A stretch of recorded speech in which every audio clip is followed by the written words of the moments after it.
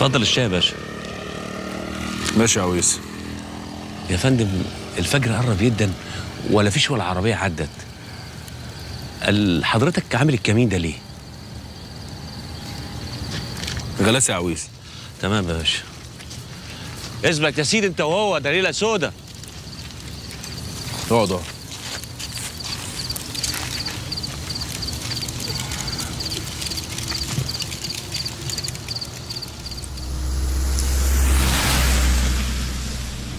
ايه يا جدع البرد ده؟ يخرب بيت كده. ده انا مش حاسس برجليا. ايه اشغل لك التكييف على السخن؟ لا يا عم بقى، ما تلف لنا سجارتين في الحلواني. وهم قالوا لك يا ابني الحشيش بيدفي. لا بس بعد ما نشرب السيجارتين مش هنعرف احنا في الشتاء ولا في الصيف. على رايك يا شعبولة، نولع السيجارتين ونلعب في الترموستات.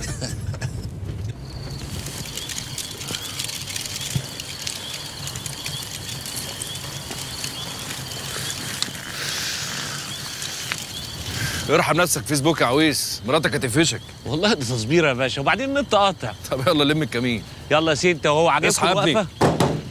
يلا. استنى يا عويس. شوف اللي جاي ده. على وضعك حط السيجاره في الطفايه.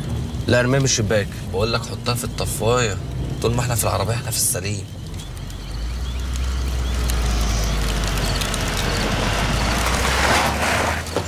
رخص. ليه يا باشا؟ بطايق. ليه بس ما حصل تتكلمش كتير، اخلص. ما الكلام اخد وعطا برضه. وعطا ايه؟ انت شكلك كده شارب حاجه. اخلص شارب ايه يا اخلص باشا؟ يلا هات الرخص. بالراحه بس على نفسك شويه. بالراحه على نفسي. بالراحه اهدى كده على نفسك شويه. خلص. الله. الله، انت كتير الكلام ليه؟ خلص هات الرخص.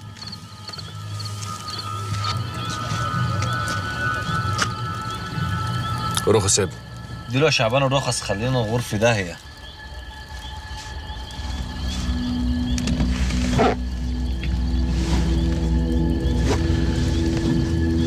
اتفضل يا باشا.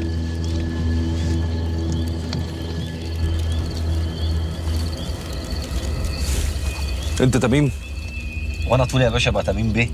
لا احنا بنسوق له بس العربيه، بس معانا توكيل. ما توري له يا شعبان التوكيل.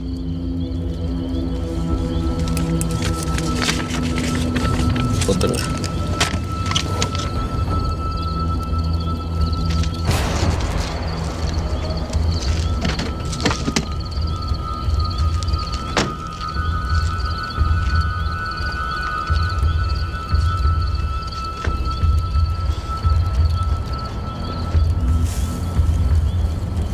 خد بطاقتك يا حبيبي. ماله يا باشا؟ بطاقه. اتفضل. طب انزل يلا انت اهو. خير يا باشا؟ لا مفيش، هنفتش العربيه. تفتش العربيه؟ لا العربيه دي ما بتتفتش حضرتك. ليه يا روح امك؟ دي عربيه تميم بيه، نايف في البرلمان وعليها حصانه. هو حضرتك مش شايف البادج؟ لا شايفه يا حبيبي، بس اللي حفظك الكلمتين دول. مالكش الحصانه بتصعد مع التلبس؟ تلبس؟ هو احنا عملنا ايه يا باشا؟ وريحه الحشيش دي ايه؟ حشيش؟ ده الحشيش ده عايز معمل جناية عشان يتثبت. صح. طب انزل لي يا حبيبي، يلا انزل يا روح امك. باشا انا شايفك بتجيب سيرة الحاجة كتير وده مش حلو. طب انزل يا حبيبي لما اخلي الحاجه تيجي تنزلك. يلا انزل. ماشي يا باشا، هنشوف اخرتها ايه. اترمي هنا يلا. اقف يا ابني على جنب. يلا.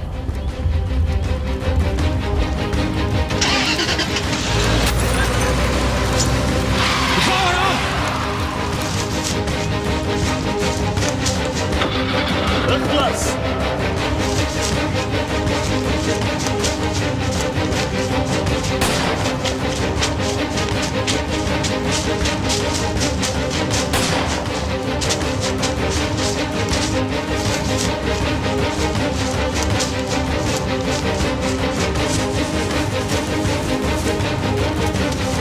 اثبت يلا.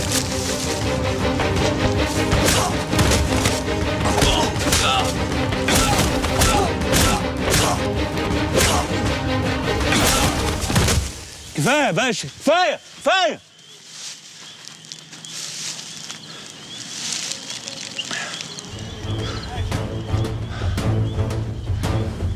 ده باين انه مات يا باشا.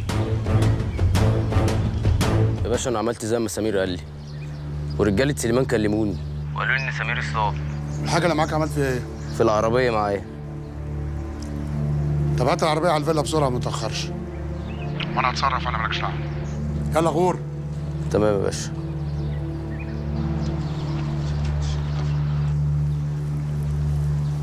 سعاده اللواء صباح الفل. انا اسف لو كنت بكلمك في وقت مش مناسب. ما انا عارف يا فندم، عشان كده اتجرأت وكلمت حضرتك. لا الحقيقه مش خير. حد من ولادك عمل معايا غلط كبير قوي. انا ما رضيتش ان انا اكبر الموضوع، اعمل استجواب لسياده الوزير في المجلس، قلت اكلم حضرتك ونحاول نلمها بشكل ودي يعني. انا احكي لحضرتك. يا باشا الكلام اللي بتقوله ده يعني اللي سمعته يا سليم، والوزاره عندها خبر بالموضوع ده، وعرفنا ان انت مطلوب في التفتيش ولازم تنزل مصر النهارده. تفتيش ايه ومصر ايه؟ كل ده عشان حته عيل زي ده؟ سيبك بقى يا سليم من فتحه صدرك دي، لان الموضوع شكله كبير، ونصيحه من اخوك حاول تكلم حد. اكلم حد؟ هو انا لو لاقي حد كان زماني قاعد هنا. خلاص حاول ترتب كلامك انت كده كويس وتلم الموضوع في التحقيق. هو الواد ده تعمله فيه ايه؟ مالكش دعوه بالواد. يعني ايه ماليش دعوه؟ مش انا اللي جايبه؟ بس انت مالكش دعوه من دلوقتي بالتحقيق ده، ويلا بقى اتكل على الله وربنا يسترها علينا وعليك. ماشي. طبعا يا فندم معاليك عارف كميه الضغوط اللي بتعرض لها، ومع ذلك انا مش ممكن اغير موقفي ابدا. الفاسد لازم افضل وراه لحد ما اكشف فساده وادفعه الثمن. تحت امر معاليك يا فندم، ناجل الاستجواب لحد ما حضرتك ترجع لي.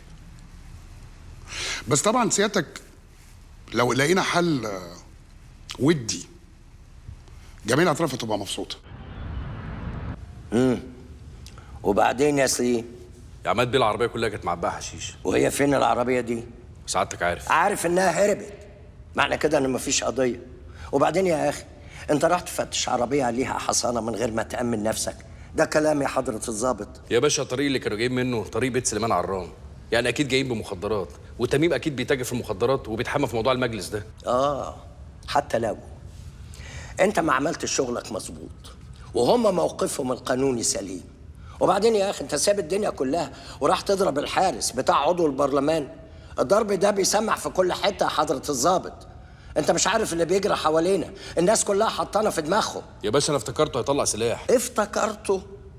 الله، افتكرته واحتمال، وجايز انه انت ضابط مباحث، تقديراتك لازم تبقى سليمه 100%. احنا مش بنقرا الكف. عموما انا حاولت الم الموضوع باقل الخسائر. شغلك القديم والملف بتاعك بيشفع لك. انا هكتفي بس بلفت النظر وتاخير الترقيه ونقلك من مكانك. يا باشا ما ينفعش كده. بكره الصبح تقدم مخلاء طرف، وبعد بكره تستلم في اسم العمرانيه. واحمد ربنا ان ما نقلتكش الصعيد. سياده الوزير مش عايز حركه كتير. ضابط المباحث اللي هناك من حسن حظك عمل حادثه ومش هيرجع قبل 4 شهور. اتفضل يا استاذ، ومش عايز مشاغبه تاني.